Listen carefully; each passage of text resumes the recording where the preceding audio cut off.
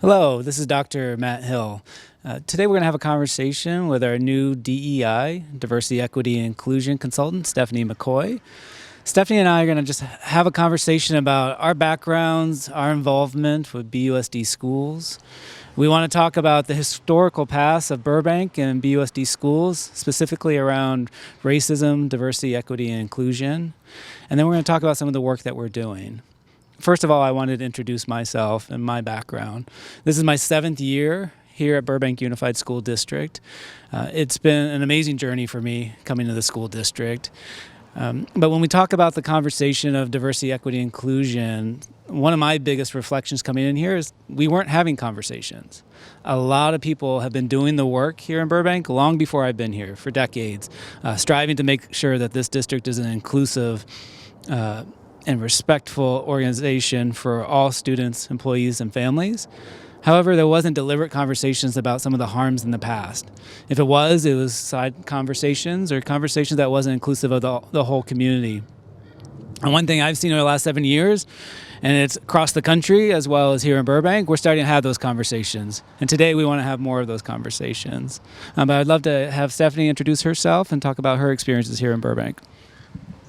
Thank you, Matt, for the introduction. Hi, my name is Stefani McCoy. I'm the new Diversity, Equity, and Inclusion consultant.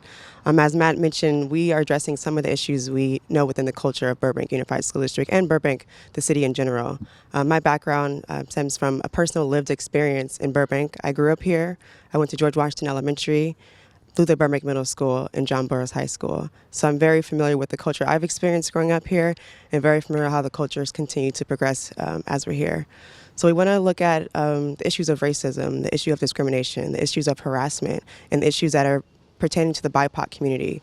BIPOC, for those who don't know the term, is Black people, Indigenous people of color. And so these are the majority groups, rather, that are really having some pressing issues that affect their educational achievement here. So we're going to open up a dialogue between Dr. Hill and myself and just kind of have a conversation and understanding of what we're doing now, where we're going, and how can we bring healing and reconciliation to some of the traumas that have been caused. So Dr. Hill, so great to have us here, and I'm excited that we get to have this conversation so that everyone can understand what are the issues that we're trying to address and bring reconciliation on. So I want to hear just from your words, where do you feel that we are right now in the climate? And where do you feel that the organizational culture can make some real impactful changes? I definitely feel that we're in a place where we're ready to have these conversations.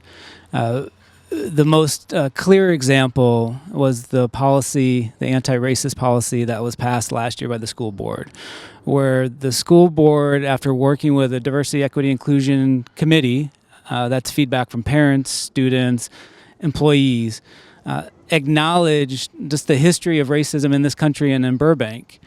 And it really acknowledged that a lot of students have not been able to bring their full selves to this district, to this community, and that includes their families. And that acknowledgement was a huge first step because it hasn't been put in place that we don't stand for that anymore. We didn't have a written statement in the past. We just acknowledged it and we all assume good intentions. And we all assume we're doing the best.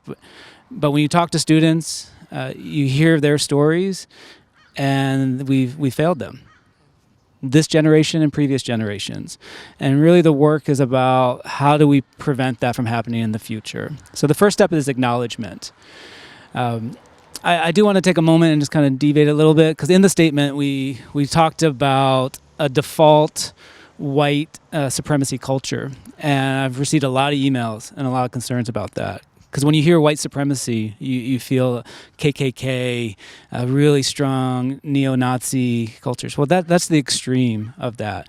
But what we're really talking about here in Burbank is that this country was built on the backs of enslavement.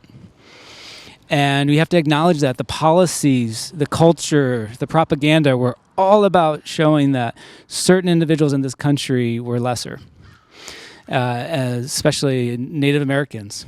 We murdered them. We stole their land.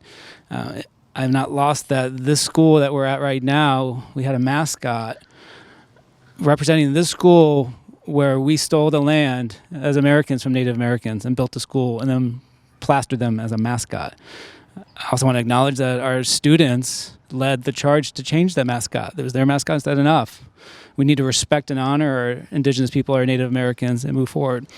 Same thing around being black in Burbank and black in America, acknowledging how those systems and policies held black people captive, but also the policies that held them back for generations. And so how do we acknowledge that and recognize that? So the anti-racist statement started acknowledging that. It's not saying that all white people are evil, all white people are bad. We're all trying to do the best, but if we don't talk about and acknowledge the past, we don't understand the pain, the harm, the hurt that has happened. So that was the first step to the work. What are your reflections on it since you've been here a couple months now? I mean, how do you acknowledge that? Yeah, I think that was wonderfully said. I think to really address the history of where we are now and how we got here. I think, as Dr. Hill said, there was a huge genocide that happened. Before Burbank was established by Dr. Burbank, there was a Native American community that was living here, thriving, prospering, with abundance of resources. European colonizers came in and stole their land and forced them into migration, forced them into disenfranchisement, and forced them further to abandon where they know as their livelihood. Fast forward from that, we go into a period of civil rights. There's a time that Burbank, Glendale, and Pasadena passed a city ordinance called the Sundown Law. And the Sundown policy looked at having black people in the house or wherever their protective accommodations were to ensure that they were no longer be able to be seen after sundown. That was a huge discrimination that caused a lot of black people to feel less than, to feel other, to feel that they have no civil rights to be human beings in this society. Beyond that, we all know that there's enslavement. There's a history of undermining black people. There's a history of disenfranchisement of black people.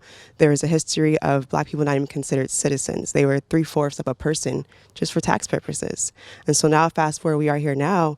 These policies and these biases and ignorance have carried on to how our students are receiving education, how our students are receiving culture sensitive information through their classrooms, their books, and understanding that in a culture that is still trying to progress, where are they in between the lines and how are they being protected and cared for?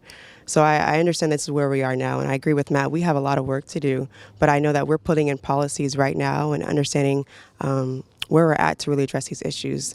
One of the first things we're looking at is the anti-racist statement, which has been put out. But secondly, we're really trying to understand the needs of our students.